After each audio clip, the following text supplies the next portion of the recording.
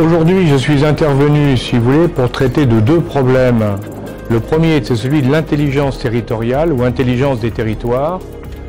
C'est-à-dire qu'aujourd'hui, on voit que le monde entier est en train de changer parce qu'il ne faut plus s'intéresser à la globalité du monde, il faut s'intéresser à chacun des territoires, chacun des pôles.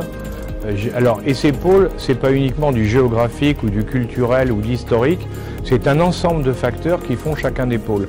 Et chaque pôle a son identité, sa spécificité et ses demandes. Donc pour pouvoir y répondre, il faut le connaître parfaitement.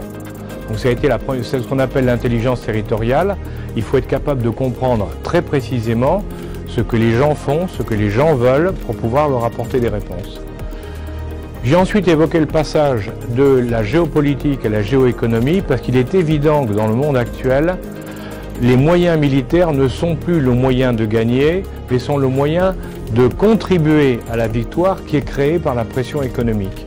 On en a un parfait exemple avec les Américains actuellement. Et donc, j'ai essayé de montrer durant cet exposé que comment se passait justement cette mutation vers la géoéconomie et quels étaient, à partir d'histoires que j'ai racontées, quels étaient justement les facteurs qui faisaient que cette géoéconomie devenait essentielle parce que c'est à travers ça qu'on gagnait ou qu'on perdait, à condition de pratiquer l'intelligence économique, c'est-à-dire le renseignement économique pour tout comprendre et tout anticiper.